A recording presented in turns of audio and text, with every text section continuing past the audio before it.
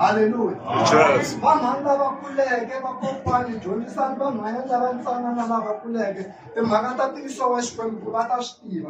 Amen. Papa sorry, I'm dealing. Mwana lo wangana mafumela kuwangwina so. Yiri bebele abangayishaya kusungula hloko nenhle kuyitashika umuntu kasinku naloko ishienda isiba kuyishendlela yini. Hallelujah. Shikashiya asu endwa kan'wasati loyi yena yesha anga tivi ku uyime kwihi. Loyi loko a fika a kombeta munhu a ku hi loyi papa n'wana na yena a nga pfumeli iva ya ka mprista a fika endla tani va n'wi nyika matlama mandlukano ku ri loko a nwa munhu loyi va n'wi lumbetaka ku nga ri yena n'wana luya a chemineteka. Haleluya amen. So ni kombela ku va mhani lava kuleka mhaka leyi mi yi tiva hi mhaka ku lava va dyondzisaka hi ku tiva ku hlaya bibele swi hi khomisa tingana loko swi hlayiwa. Hallelujah amen. Wati ku tsaku papa n'wana o ala o yo ala n'wana kumbe a hi wa yena na. Hallelujah amen. Hallelujah amen. So ni twisisa ku swilo leswi a swi endliwe hi vafundhisi a ni va mhani va ya ku le handle va langa n'wana va vuya va n'wi mbarisi hi ku swi vona swi saseki swi endliwaka mhani. Hallelujah amen. That's why loko mi hlaya kahle kwalaha yini a jikajika rhala a langusa ku nga va ku ri hava n'wana loyi a nga bayisisani na yena na. Hallelujah amen. Kutani nyikiwa ku chumayela ni nge mi layi swi nga endla ku nga ri n'wana wo sungula mara lexi ni nga yi dyondzisaka yini miki ya 7 kusuka kwaleni ka 5 ya hansi mi nga pfuki mi tshemba n'wansati mi nga tshembi munghana. Hallelujah amen. Hambi ku ri makhelwani. Hallelujah amen. Leswi vula yini na loko i kha hi hanya evuton'wini ku na milawu ya muti ku na milawu ya xikwembu. Swi nga endleka ma ha ri hansi ka vatswari kumbe ka vakokwana n'wana ma ha tshama vona mutini swi vula ku mi fanele mi landzelela muti wa kokwana n'wana before swo tala and then mi ta kota ku landzelela ya xikwembu kahle. Haleluya amen. Vanhu vo tala va endla xihoxo hi mhaka ku va khongela a va ha landzeleli na milawu ya vatswari. That's why vanhu a tikerekeni ku tele vanhu va ku kulelana na vafundhisi hi mhaka ku a va landzeleli na milawu ya le mitini ya ka vona. Hallelujah amen. A chava dyondzisana tisu. That's why I'm sorry munhu nga na swo koma mara loko masiku lama se va fashion loko a ni ri gosa loko na ha ka ku ri gosa a va ku gosa ri tlula na bishop hi ku langusa kereke munhu wo mbala xo koma kumbe xo fika la a ni nga ta pfumeli ku a tshama la mahlweni leyi. Hallelujah amen.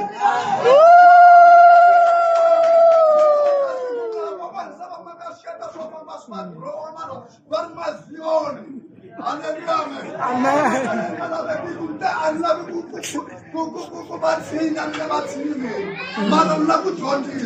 Hallelujah amen. Makashkombi ya onhaka. Makashkombi ya onhaka. Xo sungula yi bibele ku va na nsati i nkateko. Hallelujah amen. Mara i nkateko njhani vo tala hi va biwa hi vavasati va vona mitini. Hallelujah amen. Swi nga endleka hi loko va katekiseni mara loko va kha va katekisiwa kwala va chava ku vula le kaya va toveteliwa. Hallelujah amen. So that's why nkarhi wun'wana le ka n'wi vafundhisi swi na nkoka ku milanga moya mi kota ku lunghisa ndyangu wa ha ri la mahlweni ka n'wina. Swi nga endleka le kaya ku ri tikhoto ntsena leti a va na kurhula ka kova ku kumala kereke ntsena hi ku yi sota. Hallelujah amen. Hallelujah amen. Na mkhongelela ku xikwembu xi mi pfuna ndyangu wa n'wina va na kurhula ni nge mi tshinya ni swi tivi ku tshinya n'wina lowu mara ni nga mi dyondzisa leswi xikwembu xi swi lavaka. Mhani yi ri bibele n'wana wa n'wanuna hako va na tin'hweti timbirhi mi ri na 50 years n'wanuna a ta tshama a ri hosi. N'wanuna nga kuleliwi hi n'wansati n'wanuna u ta tshama a ri yelonkulu. Hallelujah amen. Amen. Nto leyi se yi lahlekile leyi. That's why mindyangu yo tala ya tsekatseka masiku lama. Hallelujah amen. Loko a ka ha ri na ku tshinyana kumbe a ka ha ri na ku tshinyiwa na le tikerekeni laha vanhu va tsutsumela ko va ta kuma kona dyondzo a va ha yi kuma dyondzo ya ku tiyimelela. Hallelujah amen. That's why swa chavisa mi kuma ku munhu i profita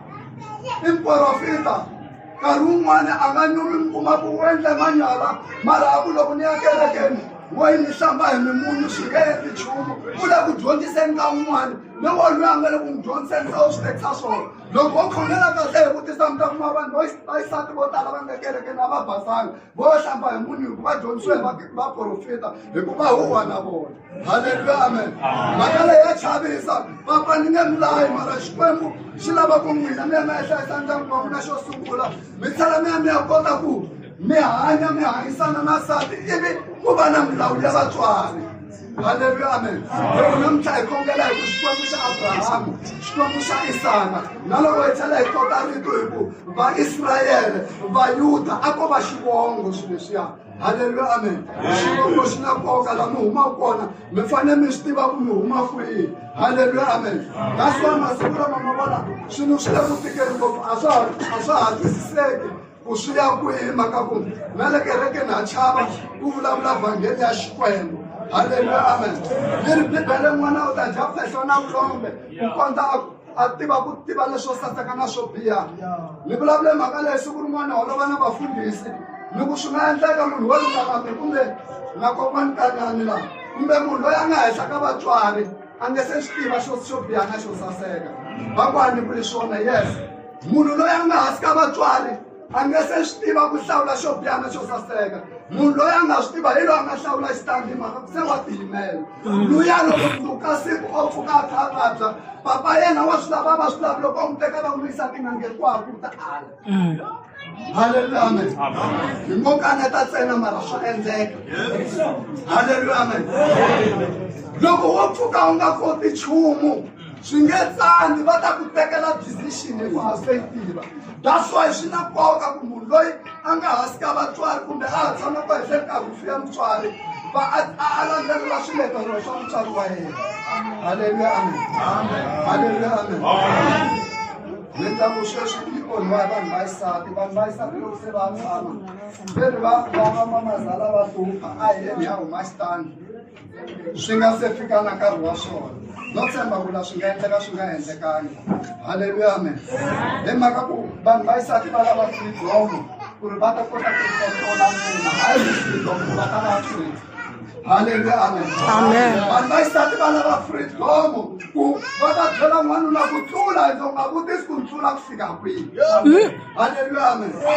so hi vanhu va xikwembu a hi khongeleni ku ri xikwembu xi vuya xi katekisa timhaka leti vanhu lava nga kerekeni va vuya va twisisa yi ri bibele loko mi lava ku rhula tsakisani n'wansati mi swi tiva ku leswi mi swi lavisaka swona ka n'wansati wa n'wina hi leswi mi swi lavisaka swona leswi mi nga swi vulaka hi leswi loko ku ve ku nsati wa n'wina mi va tsakela loko va mbele leswi nga swo koma va xaveleni va swi mbala kaya mara a kerekeni va nga swi mbali halleluya amen loko ku ve ku na tinopisi to durhisa kwini no sasekisa kwini a va swi mbali kaya mara kerekeni va nga swi mbali ende nakona mi nga vi mi ri mfundhisi hi ku loko mo lava ku va mfundhisi nsati wa mfundhisi u mbala ku hlonipheka no mecha ku u le kaya kumbe u le kwihi halleluya amen nkarhi wun'wani hi chava no xeweta vavasati va va fundhisini leswi va va ku ambarise swona hi mhaka ku ndzhuti wa vavanuna wa vona va wu chicha se switulu leswi na loko vanhu va va ka swona a va swi tivi ku va nghena ka swilo swa njhani hi mhaka ku swa poyila swilo leswi vonakaka nkarhi wun'wana loko u navela nyiko ya vufundhisi swi tivi ku ti lulamisela swa njhani u nga tluleli swilo leswi u nga swi tivi hi ku i swilo swa njhani halleluya amen ni tshemba ku bishopo kumbe mfundhisi loko ni tshame laha nsati wa n'wina xivoni xa n'wina loko hi vona n'wina mi thyake ngopfu hi vosati wa n'wina loko hi vosati wa n'wina va brime ngopfu hi vona n'wina halleluya amen loko hi vosati wa n'wina va rhungetela ngopfu swi khomisa tingana hi swi tivi na ku hi ta ku yini loko hi vona nsati wa n'wina va mbarise swin'wana swa ku hayi mani a swi langutiseki no langutiseka hi vona n'wina halleluya amen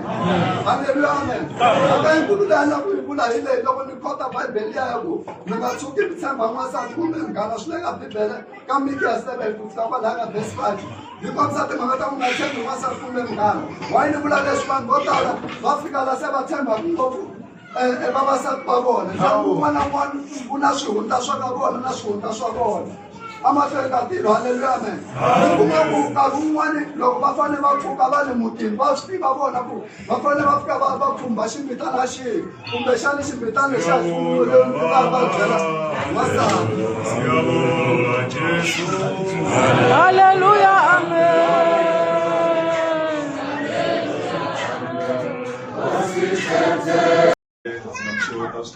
sebetela Yesu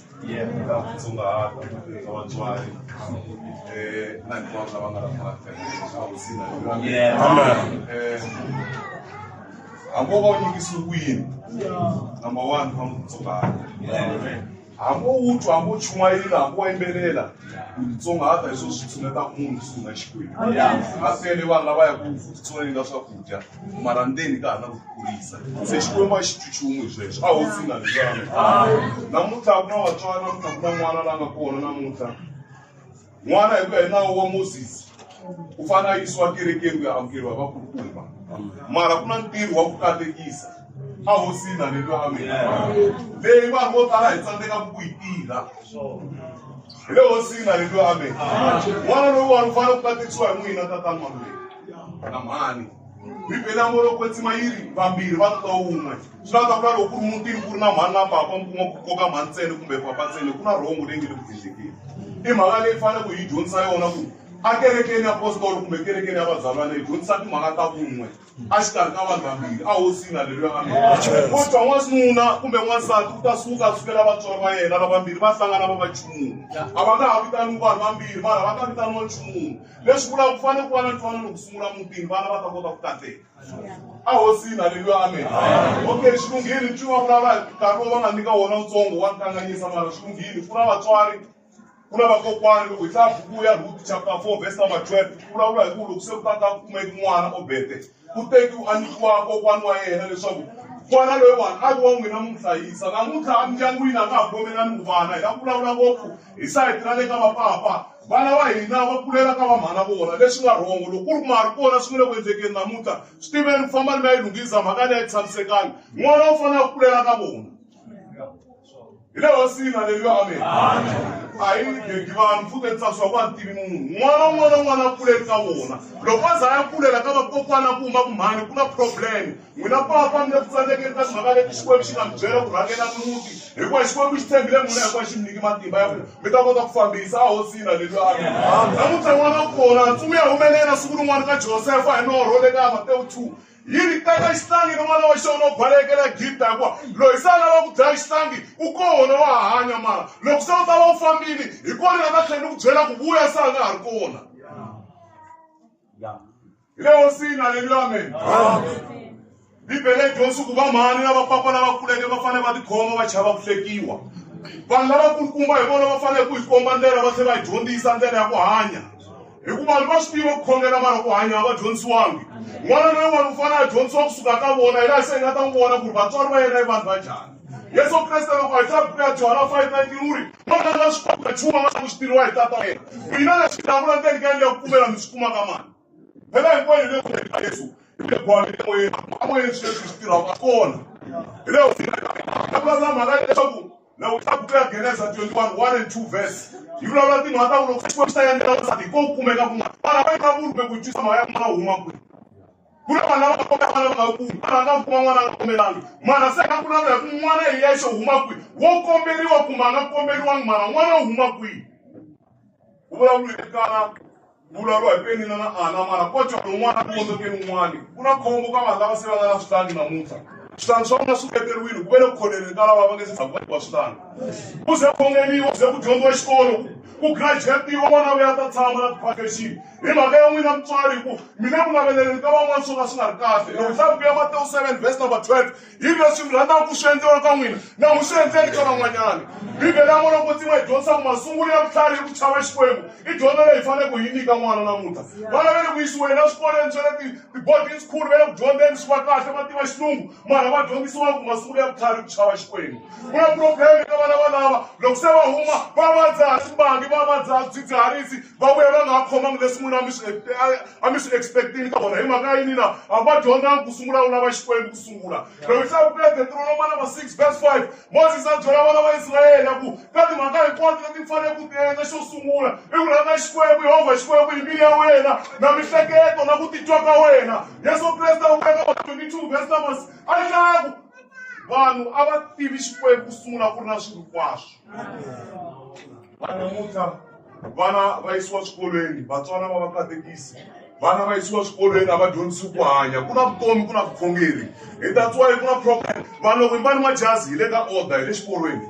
a yi humi kereke vanhu se va sungula ku hanya swin'wana loko se va byeriwa kumbe ku tsundzuxiwa va ku hayi va avanyisiwa ina rito ra vona kwetsiwa loko hi hlaya ku ya va Hebrew 4 verse number 12 yi vulavula ku rito ri tirha ku ololoxa la ku nga gombonyoka kona evhani yin'wana leyi nga rhumeriwa hi moya kwetsiwa loko hi hlaya ku ya Timoti ya 3:16 wambirhi yi ri tirha ku tsundzuxa ya ololoxa evhangeli hi that's why Rome mi ta yi tivisa ku yini ku ya matsalela switsalwana n'wana na yin'wana u ya dyondzisiwa ku yini ku kula hanya a hlonipha vanhu kumbe papa va hlaya matsala na mhani ku kombisa ku tsali ku a bibeleni mina ta va byela yini vana mi nga pfulanga matsala hi ku se ku ya tirha mihleketo ya munhu leyi nga koma a hosini haleluya amen vanhu loko ho landzela matsalwa hi ta kota ku ya emahlweni a hosini haleluya amen ta vulavula mhaka leyiwani Hosea siku rin'wana ku tshama a byeriwa ku ta kuma n'wana wa ntombi 4:6 sweswo ya endleka leswi xikwembu xa xi ta ehenhla ka yena a hosini haleluya amen kwala ka Geneza 30:31 ku ya kumeka n'wana la nga thyiwa vito ra Dina wa xisati a hosini haleluya amen loko ya ka buku ya Samuel wo sungula chapter 2 ku sukisela laha verse number 19 yi kombisa ku hi lembe rin'wana na rin'wana mhana yena ku na mhaka la n'wana hi lembe rin'wana na rin'wana mhana n'wana hayi papa n'wana ni papa mi fanele mi swi tiva mi nge papa mba mhani mutini ku na timhaka leti ti fanele ku tirhiwa hi va ka mhani ku na timhaka leti ti fanele ku tirhiwa hi va tatana se ku na probleme namuntlha swilo swi endlekile mita ya ha fambi swona hi ku se va mhani yi vona tihlovo ku twa munhu a ka head office CEO munhu walowo u ze u n'wi teka ku munhu a nga twisisi leswi a swi twisisa a swi vulavulaka xikwembu a xi tshama xi hundzuluxa swilo vazalwana xikwembu lexi xi nga pfuna Abraham ka ha ri xona na namuntlha vanhu ku nga va hina hi nga suka endleleni le tintswaleni ku nga endleki leswi xikwembu xi lavaka swona xikwembu xi ya xi ya endla njhani masiku ta n'wina nga ha fambi leswi nga mikisa swona n'wana loyi ya kateka njhani tatana n'wina mi nga ri ku endleni mhaka ta straight na mhani a hosini haleluya amen 2:19 kwala ka buku ya Samuel kodwa lembe rin'wana na rin'wana mhana yena va n'wi rhungela ximubyana va n'wi yisela etebeleni namuntlha swi ta ya ti-Adidas swi tlangi laha na ti-Nike kerekeni mara ku na vapfumali a tivi kumbe yini vana lava nga hava tatana vuzalwana bya ha ri kona vazalwana ka vanhu vo tala byona vusiwana va ha ri kona vanhu va tele ku titwa ku mi ni tirha kwini na horisa kwini ni yimi kwihi hi xiteki vanhu loko va vo susa ka swiyimo leswi va nga ka swona swo hanya namuntlha hi va faka timhakeni ta ku khongela xikwembu hi moya na ntiyiso a va nga ta mahanya mahanyelo lama ma ndzhaku a xikolweni ku mboliwa yunifomo ku vanhu va fana ya turiwa hi vanhu lava nga ri ku na xikwembu hina hi ri na xikwembu swi tsanda kwini namuntlha na kerekeni ya hina ku mbala timhaka to fana majazi u lava ta komba n'wana ku yanga na nchumu mina na nchumu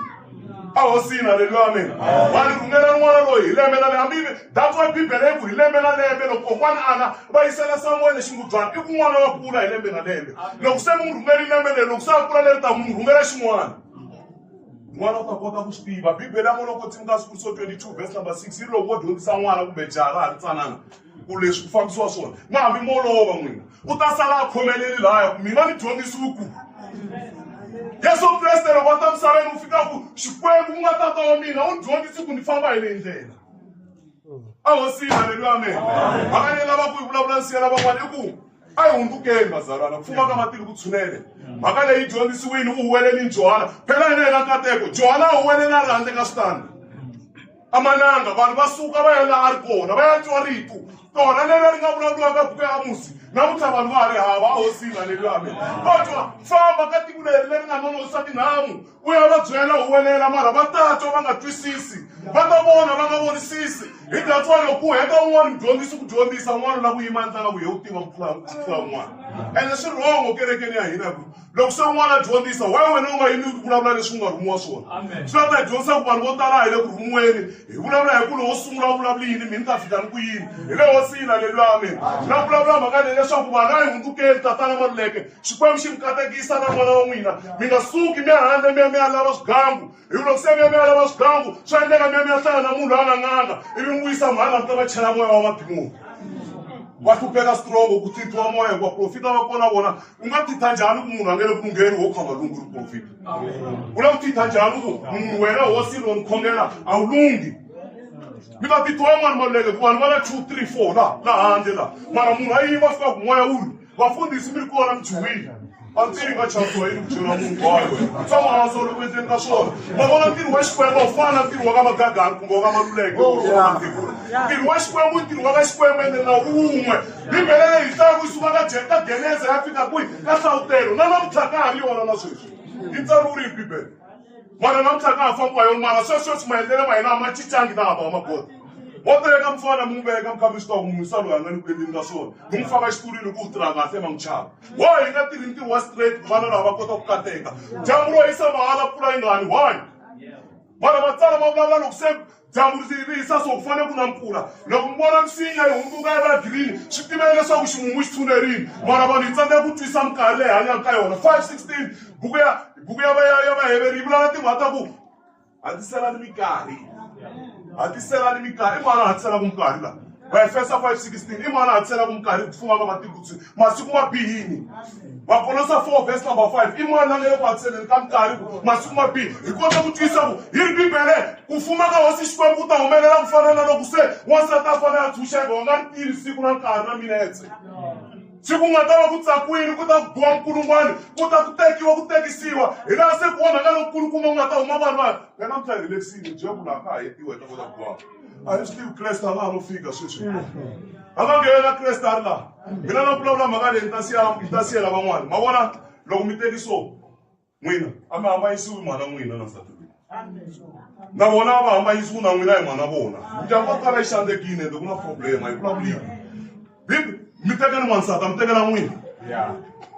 Geneza 12 loko se Xikwembu xi ti vonakarisa ka Abrahamu xi teka nsati wa wena u baleka la ka tiko leri ra Twabu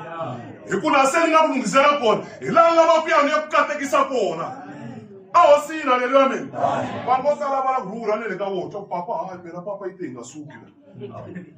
a va rhuli vanhu swi ze fika na loko se ku holoviwaka nsati wa mani a nga twanana na nsati wa mfuwethu vanhu va hamba va ri vavanuna vanhu va fuye malebvu va kulukumba vanhu a va twanana va hambanisiwi ku teka leswi vulaka ka ha ri na vavanuna lava nga tiyangiku loko hi hlaya buku ya vayeveri 5:14 vulavula hi vuswa lebyi tiyeke byi dyiwa hi vavanuna lava nga kula hi ku va swi toloverile mara hi nga teki swakudya leswo tiya hi nyika n'wana loko a nga se za a kula a swi tolovela vanhu lava hi langa ngopfu ku nengiwa na ku xaveleliwa kerekeni loko munhu a nga lavuli ka swa Xikwembu mu tshikela a nga famba ya laha lava ku ya kona tikereke ti tele xibruskapu laniwani kula mwendleni ka swa xinghananghana ka Hindu swa Xikreste vana lava va ya kula njhani va lahleki direction hikuva se va langutisi n'wina se mi nga rhanga Johana 10 hikuva murisi lowunene loko a nghena u nghena hi nyama na loko a huma ta n'wi landzelela tinyimpi hi ku u tikomba direction leyi yaku ku ya vuton'wi lebyi nga heriki wa twa siku rin'wana loko se Yesu Kreste va tlhelini va dyondzisa vo tala u ri va n'wina misaleli yin'we tatana Maluleke misaleli yin'we n'wina na nsati wa n'wina na ndyangu wa n'wina a vulavula mhaka yin'wana yi nga tshama yi endliwa hi Nowa loko a nghena nkalaveni Xikwembu xa n'wi byela ku se ku ta fika ku ta va na ku lova mara lunghisa hi la ku ya ka vapapa ma vona vhangeli yo vulavulela va ka mhantsele swi fana na moya wo thitha va ka mhantsele a ni wu teki serious a moya xixexe moya wo thitha va ka mhantsele tena va ka mhantsele va kaleka mukha wa hela va ta ku amen so a ku thitha moya ku thithiwa na lava kumba vavanuna lava nga tshama hi tswana ku vanhu va kha va famba hi moya a hosini halleluya se nga vulavula mhaka leyi nga ndliwa hi Nowa loko se timhaka leti fikile u byeriwa hi tswana Nowa i kokwani madala ka xitandi lexi loko se a nghena nkalaveni yi ri Bibele u ngheni na vana va yena vanharhu a hi hlayeni Bibele vazalwana nkarhi wu fambile ma vona loko mo teka munhu mu veka laha banda mi nga chavisiwi mi ta va na problem ku munhu loko mu veka xitulwini number 1 ka swilo hinkwaswo u fanele a tiva ku dyondzisa loko a nga tivi ku dyondzisa u fanele a hlaya matsalwa na problem aprofita vo tala ve le ku pfuleni ka tikereke and sweswo a swi register-wanga hi le hosini halleluya amen hi vuya ka buku ya Geneza 9 ko twa loko se a nghenisiwa nkalaveni u nghena na vana va yena vanharhu va xinuna na vingi va yena vanharhu mi hlongoli vanghani vana va n'wina ku famba ya ti vona se u kurile hi vulavula hi vapapa sweswi va tele ngopfu vakhalabya lava se va nga kholela vatukulu va vona namuntlha vatukulu va ze va zonda na kereke ya titambu hi ku kokwani madala wo khola munhu a ku hayi famba leswi n'wina mi nga kurisa swona ku vava hi leswi mi fanele ku kurisa vana va n'wina xiswona vatukulu va fanele va dyondza rirhandzu a kaya mutini lowu va humaka ka wona that's why ku na ti-divorce to tala namuntlha vana va dyondzisiwangi ku na ku rhandza from ka n'wina ku na problem la ku tekiweni na ku tekana vanhu va tshama va kha va suka ka lebyi katsiwatsu hikuva vatswari va na ni xikombiso ka vana va n'wina vana va swi tiva ku papa va rhandza mhani va rhandza papa vana va kulela hansi ka phela Bibele yi ri ka swilo hinkwaswo leswi xi nga ta ka a nga rhandza swilo hinkwaswo i rirhandzu mi la khomelela n'wana hanya mara mi ri na tikwani govini se mi kha mi twa va kumantswa hi vutomi n'wana loyi wana mi kombela va Maluleke a ni mi tivi a ni mi tiveli hanya na mala ti 1 2 3 ti sike ti tam karata mi moya le ngata me oka ibula na muna mani wasati lo ka te kunu te kwini oh so wasati ufamba khaya na kula ngena na japa ba we ala ulando deep proof ala umtrisha wele wasati wa jeshesho bata 1822 ka pia skuri so wasati ukate kisiwa ishkwem umata kisi wasati utsama ka karata ukate ka shesho mikateka xikwembu na ku byela mhaka yin'wana mina mikateka xikwembu a nge ku dyisi mbitsi n'wansati loyi se u nga nyikiwa xikwembu mara vanhu vo tala ku tirhiwa hi nkani na nyama ku ze ku vitaniwa vakokwana va hahani na vasesi ta tengeriwa timhaka hi vahahani ku ri n'wanuna so tsandzeka ku hlaya matsala munhu a nghena ndlwini a khongela xikwembu a ku hosi mina ni la ku famba hi ndlela ya wena ku lava wanuna vo tiya bibele ri a ku sukusela nkhuvulweni wa johana mkhuvuri lava nga ta nghena matilweni lava nga ta va ri va matimba hayi matimba wo famba u famba ndyangu ya vanhu matimba wo famba ku tekatekiwa timali kha ku tihliwa swin'wanyana swin'wana swo ka swi nga twakali a hosile aleluyame mina nsati va profita mina mi twa kahle mina na ku ciciwa profita leyi kereke ya profita hi leswikili sikulu vo tala mara hi la ku vulavula hi lava profita lavo huwa hela yi laveki dyonga ya ntiyiso loko ho sungula bad jokes la ta kuma vanhu va kha va hleka laniwa mara kreste a nga swi lavi sweswo hi bibele huwelela rito hi nkarhi na loko u nga ri karhi u tshinya u phikelela ku na nkarhi wa ku chavelela ku na nkarhi wa ku tshinya ku na wa ku khomotela ku na ku akisa va vona rito ra xikwembu a bukeli vanhu van'wanyana 316 kwalaha ka timoti ya wambirhi bibele ya molo ku tsima yi se tshama yi gega munhu ma vona vo sungula mitwa va sungula ku gegana la swi tiveni ku a ve le moyeni vo ti endlela vo ti sungulela vanhu va kona a hi veleni va vatswari va straight va mandele na mipomela kurisani n'wana loyi leswa swa ku n'wana a kurisiwa hi mhana swi kona sweswo swi tswari ku hi bibele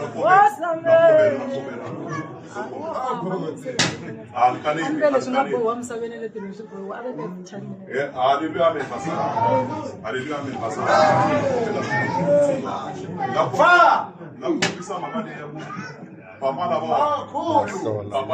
a ni tivi swi ni tsakisa ngopfu hikuva wo vulavula hi kha mi tiva ku hayi wa ti tiva timhaka se ku ta ku ta dyondziwa to kerekeni ende hi mpela swa endleka tikerekeni mara mavule tshamani na nsati wa n'wina khavi lowu wana ubimhani lowu wa yi hlanganixiwa a swona se na kombela ku mi nga mi ya lava mijukano vanhu vo tala namuntlha ve le ku laveni ka mintirho a va ha yi vo tshembisiwa u nga ha foniwi mara a nga swi tivi ku ri ku ya hlangana na ngati yo ka yi nga ri kahle a kha hi vuyisa la kaya yi ta hundzuka xikalekisi hi yoxa phakati ka ndyangu timhaka leti vanhu vana vo tala vafundhisi va mina vatswari va mina a ve dyondzisiweni majaha o byela ku kulini u ta ti vona u kulini u ta ti vona njhani hi swona swi nga endla ku hosi mina Phineas va ya va ya lova sweswo mara va ri kona miprista vana va bixopo va hanya njhani namuntlha vana va bixopo hi vona nge le ku hunguseni va kha va tshika va ya mahlweni vana va bixopo yaleyo hi fanele hi susa kahle kahle ku hayi bixopo bibele yi ri loko mina ta dyondzisa 3:5 ka buku ya timotiya mi fanele mi sungula ku rhangela ndyangu ku sungula hi ku se swi le ku tsandeni mi fanele mi chiftini se problem leyi nga kona i mhaka ya vutoya na gwala ya ku vulavula ntiyiso wa xikwembu ma vona ko ti kukumuxa xikwembu xi ta suka ka wena a hosini haleluya mina no kombela mina ku lava twa ku moya tidali hi ku ya hi leswi mi nga byeriwa swona ku fana na miki yaku mi ta vula leswi mi nga twa swona na loyi a nga dhumiwa evhangeli a ya huwelela kosa johana lava nga na tindleve va ta twa va tlhela va twisisa lava va ya ku loveni va ta huma va nghena vuton'wini lebyi nga heriki lava va ri minyameni va ta nghena ku vonakaleni rito ra molo kwetsima ri kota ri tirha ku kutsula moya wona wu lova hamba xivandleni xa vanhu ku va vuyisa vuton'wini lebyi nga heriki hi ta tsova vadyondzisi va yesu kreste va ala ku ri no hi nga ka hi nga tlheli ndzhaka wena phenela ka wena ku na vutomi lebyi byi nga heriki loko ho tlhela hi tlhelela ku phahleni magandeleni ma ka magagani hi ta ya ku feni ku vana va tatana na vakokwani va fambile hi ndlela ya rifu ra misava mara hi nga hi lava ku fela ka wena that's why ku lwa ku loko u fa u fela ka kreste u ta byi kuma vutomi lebyi nga heriki amen Bonanata hosi Yesu, bonanata hosi